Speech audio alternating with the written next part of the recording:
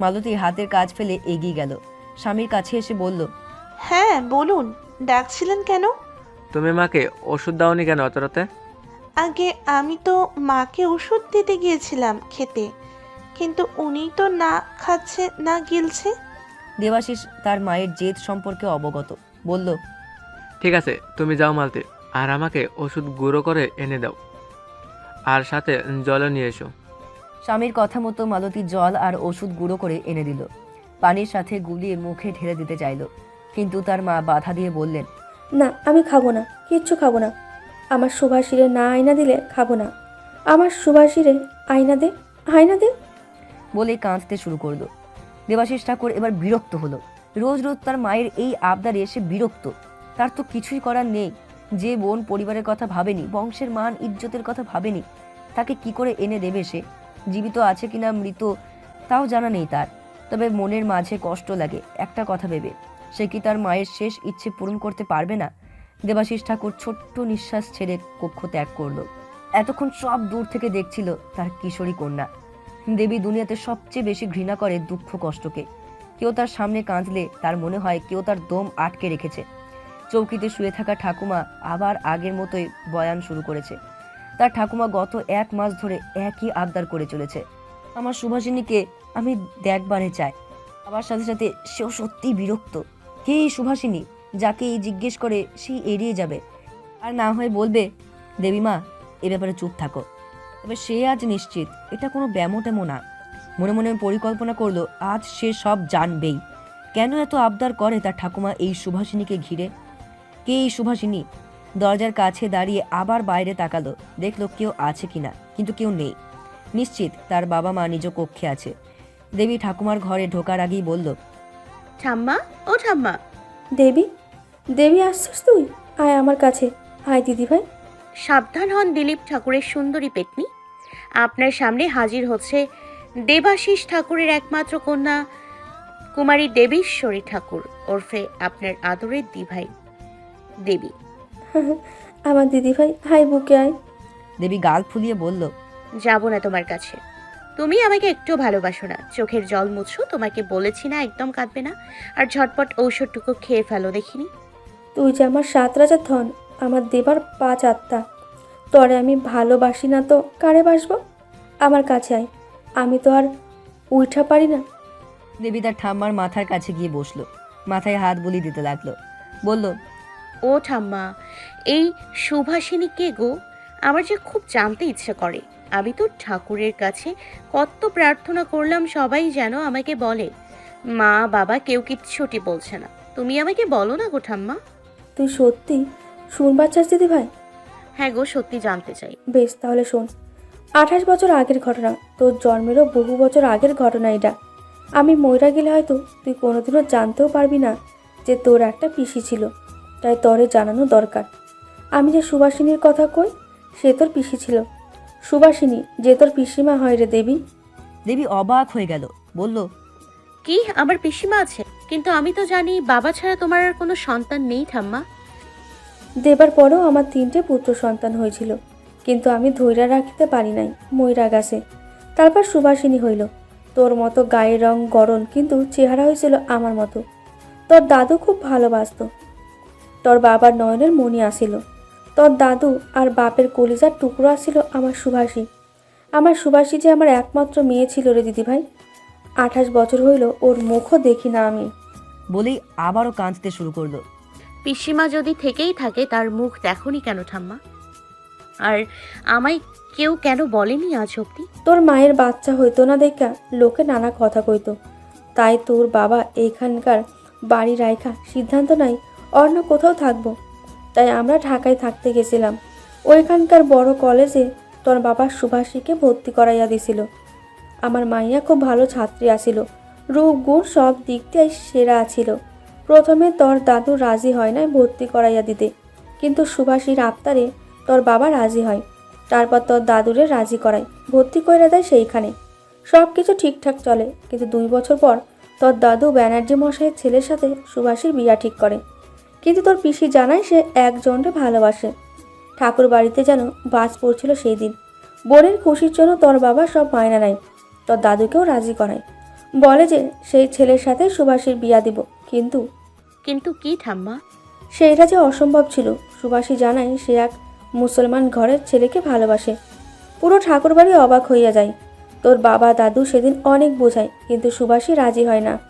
তোর দাদু প্রথমবারের মতো মেয়ের গায়ে হাত তোলে, জোর কইরা বিয়া দেওয়ার ব্যবস্থা করে। কিন্তু বিয়ার দিন ওর এক সইয়ের সাহায্যে নিয়া সুভাষী পালাইয়া যায়। শুধু রাইখা যায় একটা চিরকুট। চিরকুটে কিছু লেখা ছিল না ঠাম্মা। চিরকুট পইরা জানতে পারি সিরাজপুরের এক মুসলমান জমিদার বাড়ির সন্তানের সাথে নাকি প্রেম আসিল। ছেলের নাম নাকি বিলাল সিরাজি। সেই ছেলের সাথে সে ভাইগে গেছে। এগুলা শোনার পর তোর দাদুর সঙ্গে সঙ্গে মারা যায়। তোর দাদুর জগৎ সংসার ত্যাগ, লোকজনের অপমান, সব কিছুতে আমরা পুরো পরিবার ভাঙা পড়ছিলাম। সেদিন তোর বাবা স্পষ্টভাবে বইলা দিছিল সুভাষীর নাম জানি কেউ দ্বিতীয়বার ঠাকুর বাড়িতে উচ্চারণ না করে। এইটাও বলে যে সুভাষিনী ঠাকুর বাড়িতে মইরা গেছে। রাগে অভিমানে আমিও তাই মাইনা নিছিলাম। ওর জন্য ঠাকুর বাড়ির মান সম্মান শেষ হইয়া গেছিল।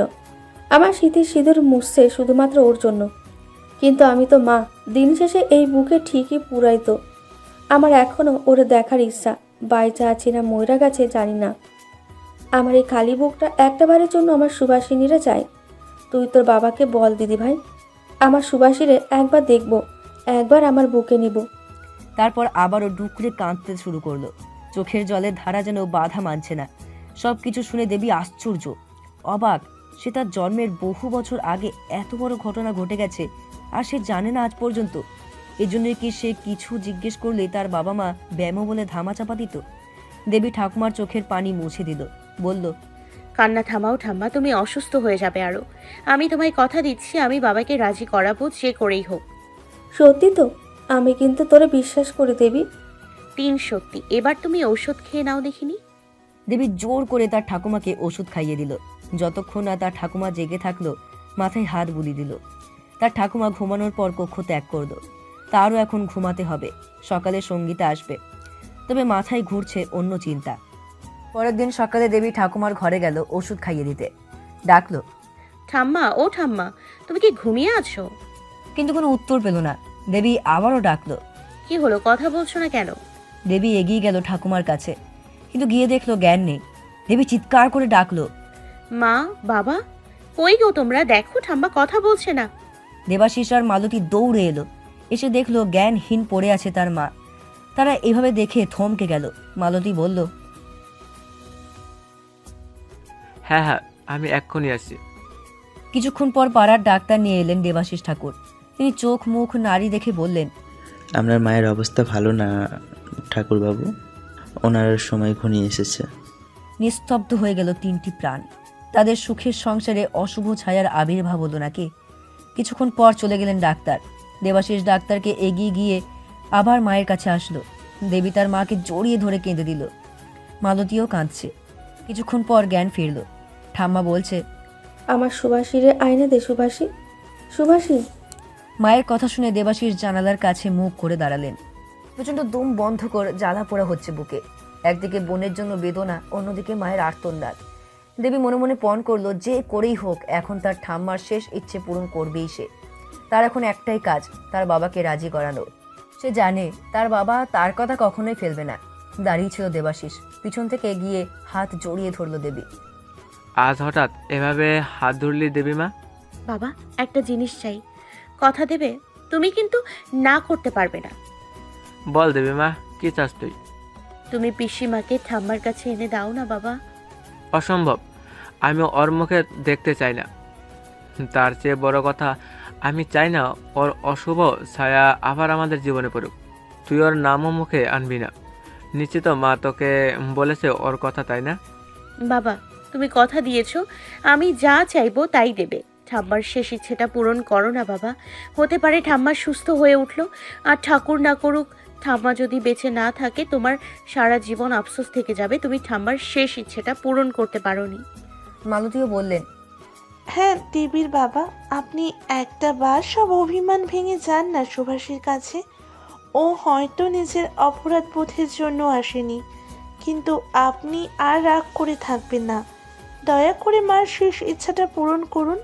দেবাশিস বেশ কিছুক্ষণ তাকিয়ে থাকলো মায়ের মুখ পানে। দেবীর মাথায় হাত রেখে বলল, বেশ, আমি কালই যাব সিরাজপুর, নিয়ে আসবো সুভাষীকে। পরের দিন সকালের খাওয়া শেষে সিরাজপুরের উদ্দেশ্যে তৈরি হলেন দেবাশিস ঠাকুর। মায়ের কক্ষে প্রবেশ করে মাকে প্রণাম করে উঠোনে আসলেন, তারপর রওনা দেওয়ার উদ্যোগ নিলেন।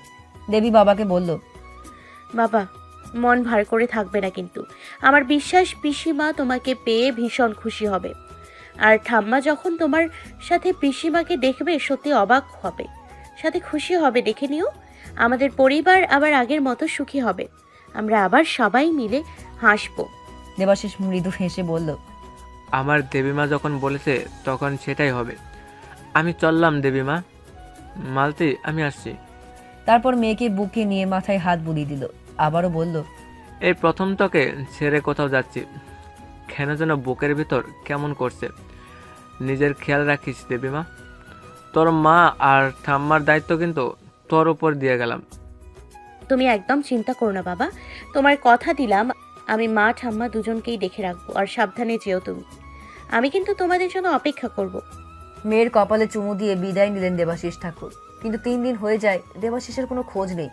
বাবার অনুপস্থিতিতে দেবী তার মা এবং ঠাম্মা দুজনেরই খেয়াল রাখছে। মাও তেমন কাজ করতে দেয় না, তবে তার মন কু ডাকছে। মালতী ও দেবী দুজনেই অপেক্ষার প্রহর গুনতে থাকে। চতুর্থ দিবস সকালে মালতী স্বামীর জন্য মানত করে পুজো নিয়ে প্রসাদ দিতে শাশুড়ি কক্ষে যায়। গিয়ে যা দেখে তার জন্য মোটেও প্রস্তুত ছিল না। মালতী ডাকে, মা উঠুন, প্রসাদটুকু খেয়ে নিন। আবারও ডাকে। মা, ও মা, কি হলো? শাশুড়ির হাত ধরে যখন তুলতে যাবে ঠিক তখনই মালতী কথা বলার শক্তি যেন সেকেন্ডে হারিয়ে ফেলে।